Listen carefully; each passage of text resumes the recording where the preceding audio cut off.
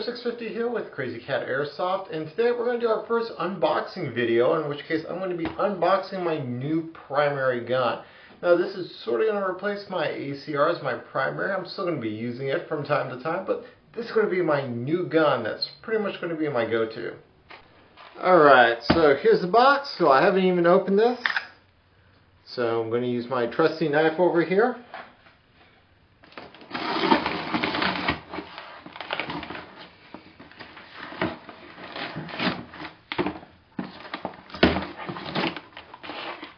Alright, in case anyone's wanting to know, it's a soft knife. They discontinued this knife a while ago, so which is unfortunate, but I know there were some weaknesses with it. Alright, so let's open up the box. So we got our standard cardboard box.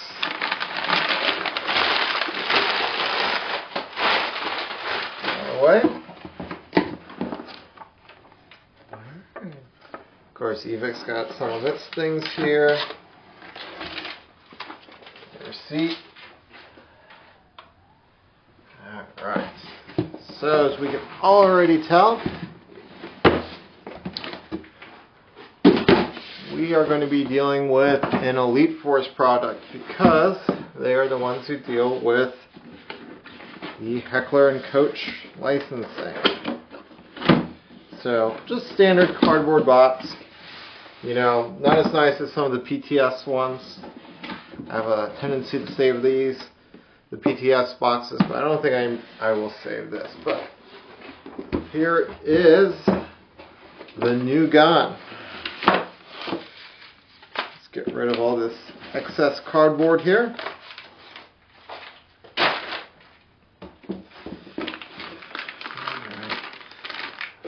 Not that terribly fancy of a box, but who cares? It's a box.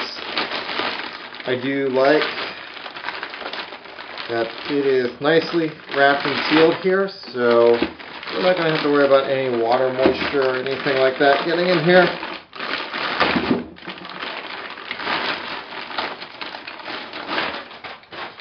And as we can see, it is a brand new HK416A5. And I did get it in, I believe it's the tan version, which is an official coloring for it, as we can see. Just looking at the finish, it's very similar to that of my VFC, which is OEM by VFC, but it's kind of a very close finish, but not quite the same finish as my VFC Scar. Right here is very close to the VFC Scar, the rail, but as in the 50 Shades of FDE, it is slightly different on the upper and lower receiver. The polymers here are the same, look to be about the same FDE, but it actually looks a little bit like, get it in here, the fire selector over there. It actually looks just to be a little bit like almost a different FDE.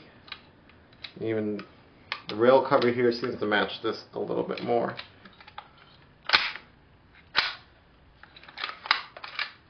Has locking bolt, ambidextrous.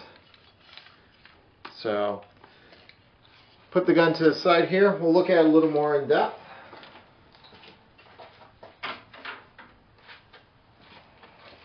Look at what's in the box. We have a high cap magazine with a small little key here.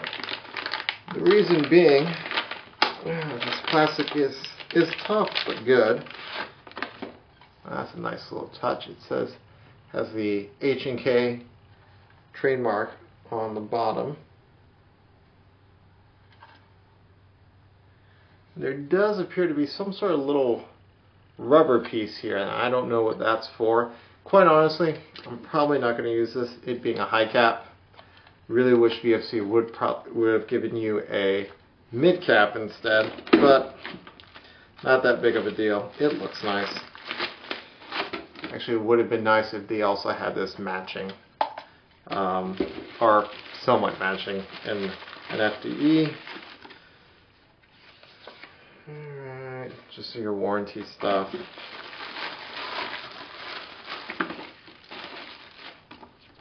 And your manual.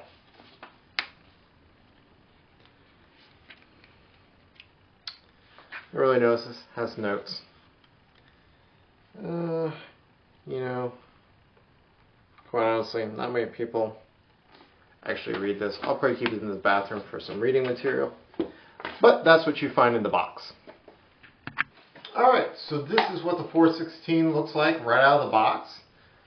As you notice, it comes with your standard orange flash hider. Now, I've seen a few other videos of the orange flash hider. I've seen some that are actually anodized. This is just kind of your generic flash hider. It's just painted on. There wasn't an extra one in there, so for most players, you're going to want to replace that. Alright, so overall, my views of it, just kind of my first impression. Do expect a review to be coming out a little longer. I'm going to use it a little bit, shoot stock a little bit before I'm going to actually, obviously going to do some modifications within the gearbox, and I will actually, as I take the gearbox down, we're going to review that in a separate video, so that way we know what type of internals are in here. So just kind of going up from front and back, kind of some things that I notice with the gun. Let me get over here with a little better light. So we are using an older Picatinny style quad rail system. The newest version of the HK416A5 actually goes with a key mod. It kind of seems that Heckler & Koch are just kind of a little bit behind the curve in terms of their design innovation of what to use. I've never really had any problem with Picatinny rails. I know M-LOK, that's kind of the new way to go. It would be nice if down the road there would be an M-LOK rail for it. So, has the flip-up sights. So, from what I can tell, they work decently. The rear sight, kind of jumping back and forth here, looks really nice, kind of fancy and stuff, but pretty basic. Front sight, kind of have some mixed feelings about front sights. It's nice, simple, it works. Kind of has that Heckler & Koch styling, but what I don't like about it, when you have these integrated sights, they usually take up a lot of room compared to having the whole rail here going with a very low profile system that doesn't eat up all this real estate. And kind of the simple fact is that most people, they're trying to run their pack boxes as far forward as possible to not run into any problems. If I need to flip it up, it kind of limits where my pack box can go. So in reality of it, it's probably going to get permanently pinned down here by my pack box. Nice, sturdy. The coating on here, looks to be an anodizing coating, similar to that of the 416. It is slightly different shade of FDE or tan, whatever you want to call it. So has definitely a little bit more of a richer bronzy color to it as opposed to the 416 or compared to my Scar, which and we'll talk about that problem here. Compared to the Scar, which has a little more muted, not as saturated. Moving on back here, receivers. I believe this is powder coated. It has a bit of a shiny gleam to it, kind of a satin color. I would have actually preferred if they had gone more with a Cerakoted look. As you can see in the light right now, it does have quite a bit of shine. Of course, you know, 50 Shades of FDE. It's all over the place. It's actually kind of a good thing. Helps kind of break up the color image. Generally, this profiling of this image here, the shape of a rifle, does stand out pretty well. So by using different colors, it kind of helps break that up. I do like the bolt catch here. Just not as satisfying as opposed to the Scar, which has a really nice clunk. Alright, moving on back, we do have a little bigger charging handle here.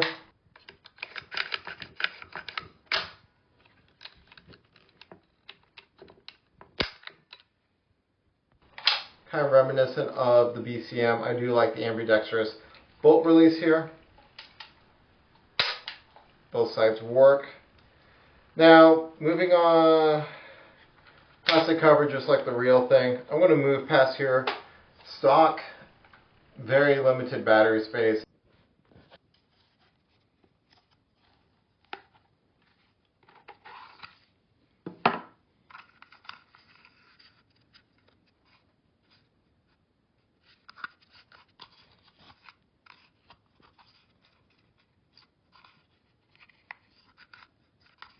Everyone knows, or if I haven't made it perfectly clear on my channel, is I do not like limited battery space, so this stock is definitely going to go real soon. Probably going to get something with best battery space on the market that's probably second to none, and all you will probably know what that is. Alright, looking around at it, looking back around here, the grip's pretty unique here. I'll have some close-ups here, but if you look underneath it, it's not your standard AEG grip. The actual motor height adjustment is kind of hidden under a cap here, and that caps here actually give it almost like a mock battery space, and it appears the screw system is actually very different. Of course, we're going to disassemble this. We'll go more in detail.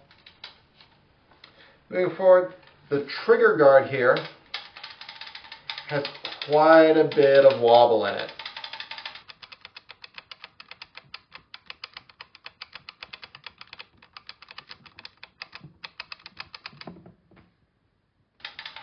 Makes a lot of noise.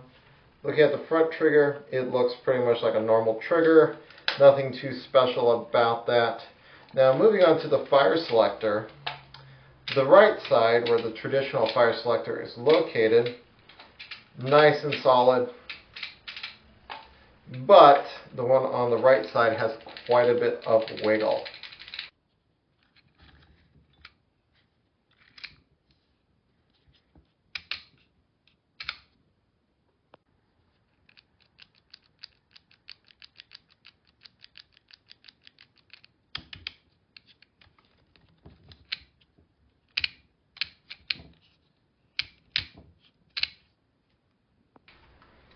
Now the mag release. The traditional mag release here works just fine. Just need to make sure it seats. It is supposedly adjustable. You need to figure out how to get that in. Has a little trouble actually seating the stock magazine. We got our PTS, EPM, fits in here, nice and snug. My Lancer. I think this is made by Silicon Gear, but it's a Lancer, I believe L5. Probably the prettiest magazine I have. It needs to be pushed in there a little bit. I'm looking at this part right here, and it does look like it's not fully seated. So PTS, EMAG, or yep, enhanced polymer mag works. EPM works great. Old school PTS, TMAG fits in there nice and well. And of course, here's another one of my PTS EPM mags. So far, EPM mags, best fit. Now, here's something I did find a problem with it, and it may just need adjustment. It's the ambidextrous release here. I'm pushing on it.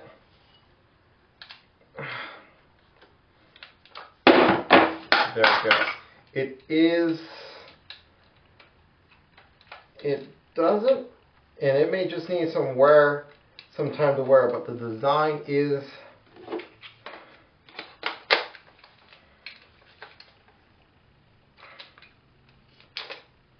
not the best design. I'm really having to push on it, and it's not dropping out as freely as opposed to your traditional mag.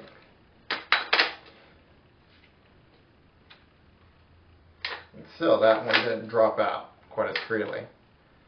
So, magazines don't really drop out freely. And it may just be meaning that my mag catch needs some adjustment. It may just be set a little too aggressively. But it is supposed to be adjustable, so I need to figure out, actually read the manual, figure out how to adjust it. So, not that bad. Is it perfect? No. For a $450 gun, you know, it's probably running into, it always seems like when you break into that high kind of price value, when they start charging that much for an airsoft gun, they tend to actually run into more problems when they're about that expensive. So, not terribly disappointing, but kind of is. It's still very beautiful. I'll probably need to do some tuning on there. We'll look into the gearbox. It's supposed to be pretty solid. I'm a little iffy if it still has the self-shimming gears, but most likely, since I do tech my guns, I'm probably gonna strip it out, put some high-speed gears here, take a short stroke it and put a Titan MOSFET in here, tune it up, get for trigger response. Obviously, I'm gonna replace this stock here, but let's dress this up here and just kind of see what we can make this look out, and we'll end it there. So that's just my initial review. It's got some things I'll need to do some tuning on it. So one thing to also note with most VFC guns is you have takedown pins more reminiscent of a real steel AR, in which you can just punch them out and push them back in. So that's kind of a feature I really like. So before I leave, I'm going to tell you why I picked the 416 as my new primary replacement. It's going to be replacing my ACR for my day-to-day use. So first things first, probably obvious, I'm wanting to do Milsim West. They have more weapon restrictions if you want to play NATO, and I want to play NATO. So it was basically between the 416A5 or any of the Avalon series or a Crytek. It was kind of iffy, you know, here and there. What it really came down to is I do like to tech my own guns, and which really made the VFC kind of the obvious choice because it takes mostly standard gear parts. I don't have to worry about compatibility issue as much. Also, in terms of why I went with the 416 as opposed to one of the Avalons, I've always liked the 416. The A5, I think, got its inherent design, especially to take normal magazines. Really was kind of a big part for me. I wanted to keep within an SBR range of barrel length because I do like to do CQB a lot of times, and I don't believe that having a shorter barrel length really makes much of a difference for your accuracy as opposed to a longer one. So, and I do like to run the suppressor look, so shorter barrels are usually better than that. I've really just liked the 416 though. I was originally planning on getting an old 416D as opposed to my SCAR that I had. The reason being is they were saying the 416s had problems with tappet plates breaking, but for some reason the SCARs didn't, so I went with that. Had a little bit of regret on that, but I'm glad I kind of waited till the newer one came out. It is very pretty. I do like the 50 Shades of FDE, and my goal is replace the stock, add a few more accessories, but to really kind of go with that 50 Shades of FDE and have little to none of it match, because I think it is a somewhat funny kind of scenario. Overall, I would have to say it's actually probably a little better balanced than my ACR. I'm really liking it. I will need to figure out how to set up cameras on this eventually. So keep a lookout on our channel. We're going to go over probably more of what this gun contains, whether or not it would be a good buy for you, and we'll probably, you know, this is just the unboxing and the initial kind of review, but we'll definitely go more in depth to it. And my recommendation is and usually I never really say is it a gun that you should buy or shouldn't buy, but whether or not is this gun more aimed towards techs who will pretty much gut the system, or is this going to be kind of go for the more player who just wants to grab it out of the box and go. I can tell you right now, just initially from this, you know, you're going to have to start replacing stuff, namely the stock here. It's just too low of a battery capacity, especially for its size. But I'm not too disappointed by those few issues. I'll work them out, and I will post on what I did to fix those issues. So Probably the big goal here is right now is get the gear, open up the gearbox, find out what's in there, what needs replaced, figure out what I can do to fix this little annoying issue, and then the mag catch. Really, those were the two big issues for this that I found so far. Is that a little bit of the trigger guard making a lot of noise, and figure out this whole bolt catch, or not the bolt catch, but the magazine release. Try to figure out how to get that to be not as much of an issue. Hopefully get the magazines to fall out. So this is Big Air 650 with Crazy Cat Airsoft. Please enjoy a few of the me dressing this up and showing it off. If you have any questions about the BFC 416, feel free to ask below, and I will try to answer those questions. So, Big Air 650 here. Have a good day.